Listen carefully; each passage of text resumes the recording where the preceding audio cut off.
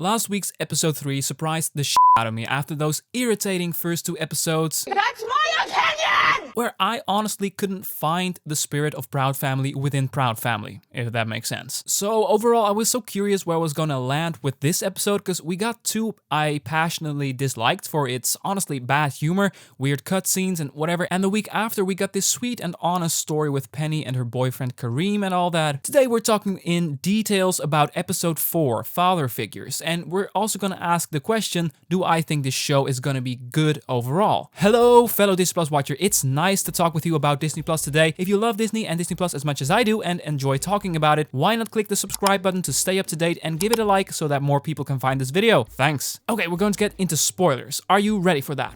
Good. One of the best things about this episode was Oscar Proud. He's classic Oscar, and we get that from him right from the opening scene. So Oscar needs a loan for his ambitious plan to create a whole new amusement park that he calls Snackland, fittingly named after the Proud Snacks brand, and I guess expanding your brand with an amusement park is a smart thing to do, right? Well, if it works.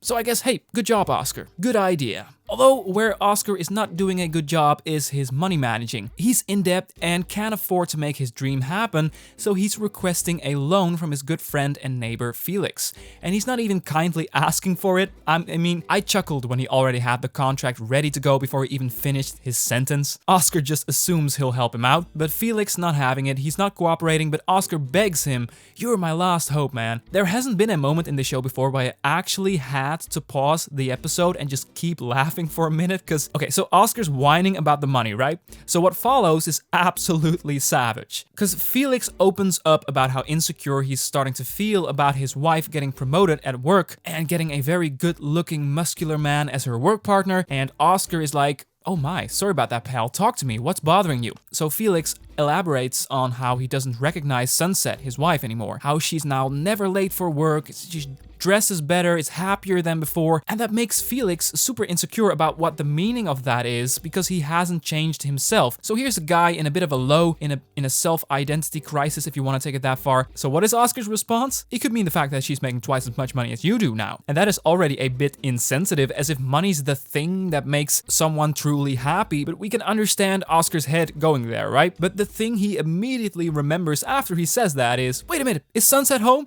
Oh, snap!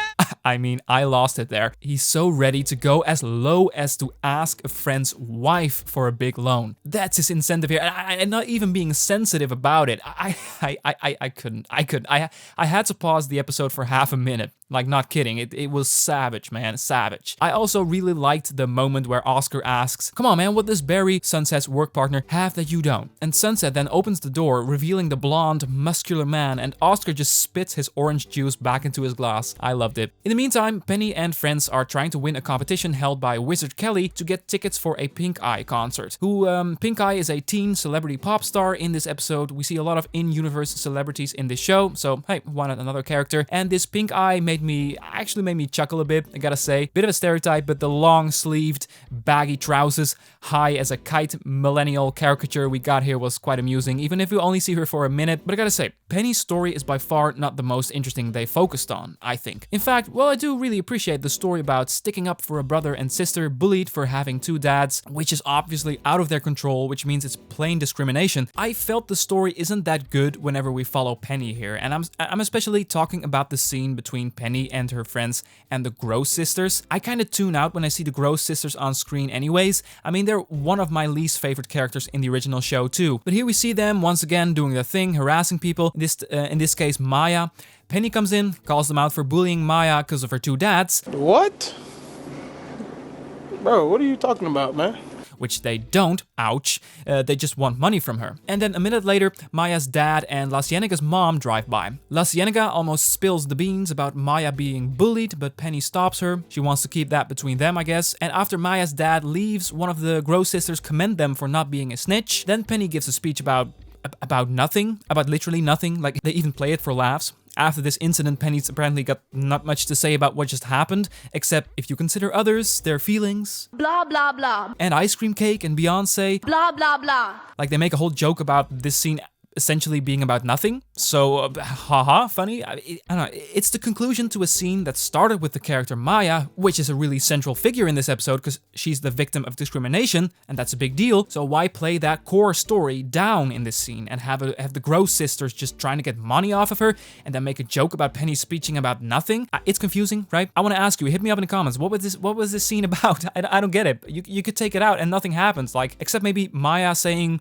"Thanks for sticking up for me," I guess. This whole scene didn't land for me, and I don't get it. It felt half-assed and not connected. And by the way, Penny's group of friends, I mean, I was never really into them within the show, but I also didn't really bother having a problem with them because they're not so much the focus, and Penny's dynamic with her family is 200% more interesting anyways. But they were real dickheads in this episode. Like, Zoe's I guess the nicest one, but especially Dejanay was just devoid of any humanity at this point. I mean, she's the start of all the drama. She's the whole reason shit hits the fan in the first place in this episode, and the whole school knows about Maya and her brother having two fathers. And we never see her truly realizing what drama she brought upon Maya and her brother. It's just skipped over for laughs. Oops, sorry Margot, I might have accidentally tweeted to everyone about Maya, clearly setting the scene for them to get radicalized, but it's totally not my fault. I agree with this statement, by the way. Visit the channel, you know?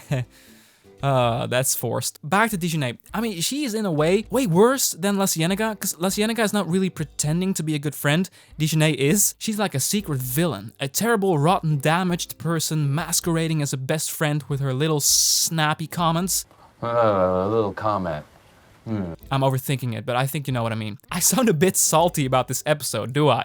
I still liked the other side of the episode. That is Oscar and his plan to fund Snackland, trying to get a loan, but struggling with his prejudice about gay people. Now, some people might ask, is this too woke? Is this virtue signaling? I would immediately suggest no here, because I actually really liked his arc in this episode, and it does mean something for his character in universe, so I won't just call this topic virtue signaling and then go on your day. Just wanted to get that out of the way. I don't think this is too woke or anything. His appointment scene where he goes to the bank, getting dressed, redressed, dressed again, like trying to adjust to what he believes Maya's father, Mr. Jenkins' bias will be about him. I mean, Oscar has a particular view about the world that everyone has to fit in the stereotype everybody else expect them to be. That's why he sees, hey brother from the same color, let's dress like the stereotypical African tribal shaman type character, so he sees me for who I want him to think I am.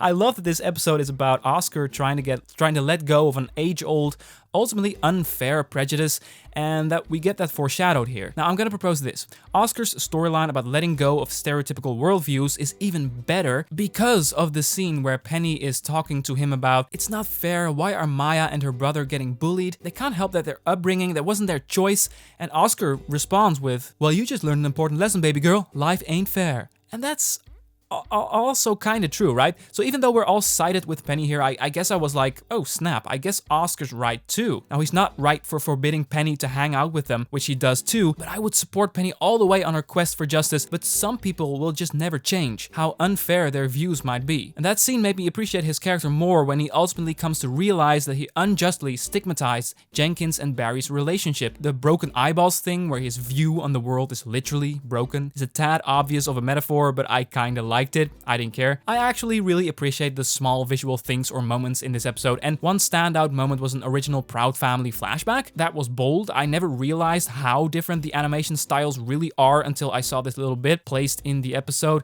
but I appreciate the recognition of the old animation style. They could as well have done a redo of the scene, but they didn't. Or the 1 week later title card transition where the car drives over the text and it disappears. The small touches make this show something a little bit more than right? It helps to have the little details there. By the way, good that this Snackland is being teased as a continuous threat throughout this show. I think that helps a weekly release show like this, keeping the momentum and all that. Curious to see what they're gonna do with that. Oh, and I'm curious if Oscar died or not. Kidding. He's gonna live, although it kinda shouldn't. He's drowning in toxic waste. That's stretching it a bit. It's pretty funny when you think about it. Not really, no. This wasn't a great episode, but yeah, it was okay.